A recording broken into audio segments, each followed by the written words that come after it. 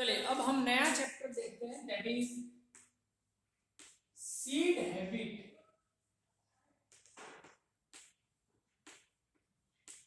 बीज स्वभाव। तो बीज स्वभाव को समझने से पहले बीज क्या होता है ये समझना होगा। बीज किसमें बनते हैं? जिम्नोस्पर्म में और एंजियोस्पर्म में। जिम्नोस्पर्म में बीज नग्न होते हैं, जबकि एंजियोस्पर्म में बीज के चारों ओर फल का आवरण होता है। तो फल के अंदर बीज बनते हैं। वो भी क्या होता है, अगर आपने डिटेल पढ़ा हो पुष्प की संरचना में, ये वर्तिका, ये वर्तिका और ये अंडाशय। ठीक है, अंडाशय के अंदर क्या होता है? भ्रूण कोश, उसमें यहां पर होती है अंड कोशिका। अब ये पराग कण आया, पराग नलिका बनी और यहाँ पर निषेचन होगा। निषेचन होने के बाद क्या होता है? एक्चुअली ये भ्रूण कोश भी जिस संरचना में बनता है उसको बीजांड कहते हैं। ये बीजांड, ठीक है, बीजांड के अंदर भ्रूण कोश और उसके अंदर ये अंड कोशिका। ये निषेचन हो गया। अब निषेचन होने के बाद क्या होता है? ये वर्तिकाग्र, ये वाला भाग नष्ट हो जाता है। जो अंडाशय का बाह्य आवरण है वो तो बन जाता है फल का आवरण, छिलका बन जाता है। इसके बीच का भाग गूदेदार हो जाता है। जो हमारा भ्रूण है वो बन जाता है बीज, और ये जो बीजांड है ये वाला, उसके आवरण, बीज के आवरण बन जाते हैं, जिसको हम कहते हैं अध्यावरण, इंटेग्यूमेंट। जो क्या होते हैं? बीजांड के बाहरी आवरण होते हैं। आपने पढ़ा होगा इस तरह से बीजांड की संरचना। इसका अग्रशिरा खुला होता है, दो अध्यावरण होते हैं इस तरह से, है ना, आपने पढ़ा था। ये बीजांड है ना। तो यहाँ पर ये बीज बन गया। ये बीजांड के अध्यावरण बीज का आवरण बना देते हैं। ठीक है, तो इसीलिए फल की परिभाषा है, व्हाट इज फ्रूट? परिपक्व अंडाशय को फल कहते हैं। अंडाशय से फल बनता है, बीजांड से बीज बनता है, बीजांड के इंटेग्यूमेंट या अध्यावरण से बीज के आवरण बनते हैं। और बीज क्या है? भ्रूण है। भ्रूण के साथ भ्रूणपोष भी है जो उसको पोषण प्रदान करता है। तो ये बीज होते हैं।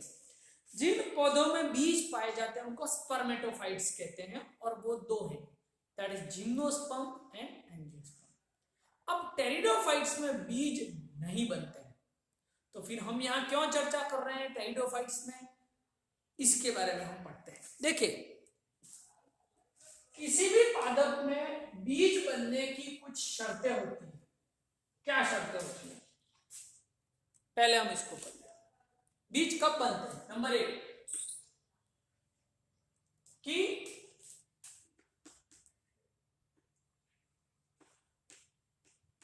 बीज बनने की शर्तें।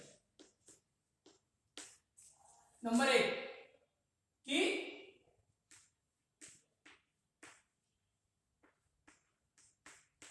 गुरु बीजाणु जो है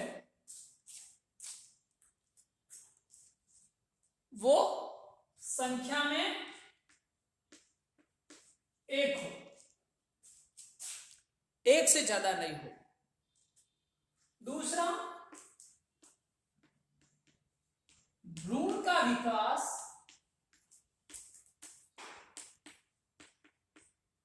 गुरु बीजाणु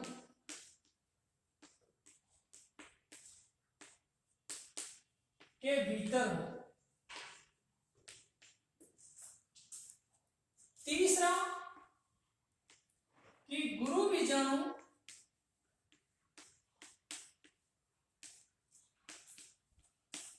मात्र पादप से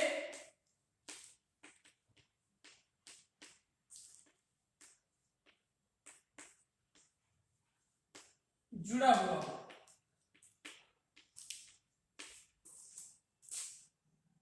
ये 3 चीजें हैं। तो जैसे ये पादप है, इसमें ये फ्लावर है, ठीक है ना। फ्लावर में ये अंडा, ये हमारा अंडाशय है ना। अंडाशय में क्या बनता है, बीजांड। बीजांड में गुरु बीजाणु बनता है। गुरु बीजाणु से ही स्त्री युग्मकोद्भिद और अल्टीमेटली अंड कोशिका का विकास होता है। तो देखिए यहाँ पर ये जो गुरु बीजाणु बनेगा अंडाशय के भीतर बनेगा, ये मात्र पादप पर अभी भी जुड़ा हुआ है। भ्रूण का विकास भी इस गुरु बीजाणु धनी, इसको अब गुरु बीजाणु कहना उचित नहीं होगा, गुरु बीजाणु धनी या स्त्री युग्मकोद के भीतर ही होता है, जिससे इसको सुरक्षा भी मिल जाती है और पोषण भी मिल जाता है।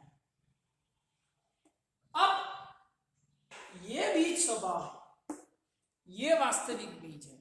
और बीज की एक और शर्त है कि बीज के चारों ओर क्या होना चाहिए, अध्यावरण। अध्यावरण का होना आवश्यक है। ये कुछ शर्तें हैं। चलिए अब हम इन शर्तों को कंपेयर या लागू करते हैं हमारे टेरिडोफाइट्स पर। तो टेरिडोफाइट्स में वास्तविक बीज तो नहीं होते, लेकिन बीज बनने के कुछ लक्षण दिखाई देने लगते हैं। जैसे हमारा सिलेजिनिया, देखिए गुरु बीजाणु धनी के भीतर ही भ्रूण का विकास होता है। ये मात्र पादप पर जुड़ा हुआ होता है और गुरु बीजाणु संख्या में एक ही होता है। हालांकि कुछ वंशों में अधिक भी होते हैं। होता क्या है, देखिए कि मान लो ये लघु बीजाणु मात्र कोशिका है टेरिडोफाइट्स में, तो सभी लघु बीजाणु मात्र कोशिका में विभाजन होता है अर्धसूत्री, और उससे बहुत सारे लघु बीजाणु बनते हैं।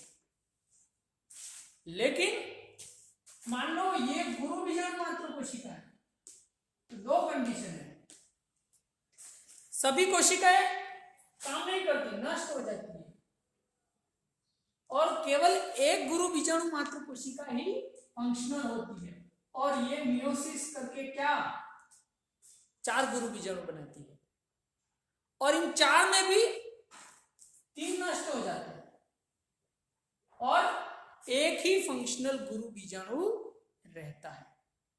तो ये धीरे धीरे एक ट्रेंड है बीजों के विकास के बनने की प्रक्रिया का। हम समझ सकते हैं कि पहले विषम बीजाणुता आई होगी, तब कहीं जाकर भी बीज का या बीज स्वभाव का विकास हुआ होगा। हालांकि सिलेजिनेला में जो बीज बनते हैं उसको हम वास्तविक बीज नहीं कह सकते। क्यों नहीं कह सकते? रीजन नंबर 1, ये भ्रूण का संपूर्ण विकास या मात्र पादप पर नहीं होता, कुछ समय बाद ये अलग हो जाता है, इंडिपेंडेंट इसका डेवलपमेंट होता है। पूरी तरह से यहाँ पर इसका डेवलपमेंट नहीं होता है। दूसरी बात कि इसमें अध्यावरण जैसी कोई संरचना नहीं बनती है, जबकि हमने पढ़ा था कि बीज, वास्तविक बीज वो है जो अध्यावरण से ढका हुआ होता है। और तीसरी सबसे महत्वपूर्ण बात जो एंजियोस्पर्म की होती है कि एंजियोस्पर्म में जो भ्रूण बनता है वो रेस्टिंग स्टेज लेता है, विराम अवस्था लेता है, यानी तुरंत अंकुरित नहीं होता, एक निश्चित अवधि के बाद इसका विकास होता है। जबकि सिलेजिनेला में ऐसा नहीं है, भ्रूण जैसे ही बना उसका आगे का डेवलपमेंट, रूट, शूट और सारा डेवलपमेंट शुरू हो जाता है, रेस्टिंग स्टेज नहीं होती है। तो इन सभी कारणों से सिलेजिनेला के बीज को हम वास्तविक बीज नहीं कह सकते, लेकिन हाँ कि विषम बीजाणुता का विकास शुरू हो गया है। और इसीलिए टेरिडोफाइट्स के बाद जो आए आगे के जिम्नोस्पर्म, उसमें पूर्ण रूप से विकसित बीज बन गए, है ना। तो ये है बीज स्वभाव के बारे में। ये भी एक इम्पोर्टेंट टॉपिक है, तो आप इसको भी अच्छी तरह से पढ़ें, समझें, विषम बीजाणुता और बीज स्वभाव। उस पर बड़ा क्वेश्चन भी बनता है सी पार्ट का, या बी पार्ट में या तो विषम बीजाणुता या बीजीय स्वभाव, दोनों में से किसी एक के बारे में पूछा जाता है। ठीक है, तो this is all about heterospory and seed habit. ठीक है, चलिए अब हमारे अगले टॉपिक, अगली यूनिट की ओर बढ़ेंगे, नेक्स्ट वीडियो की ओर।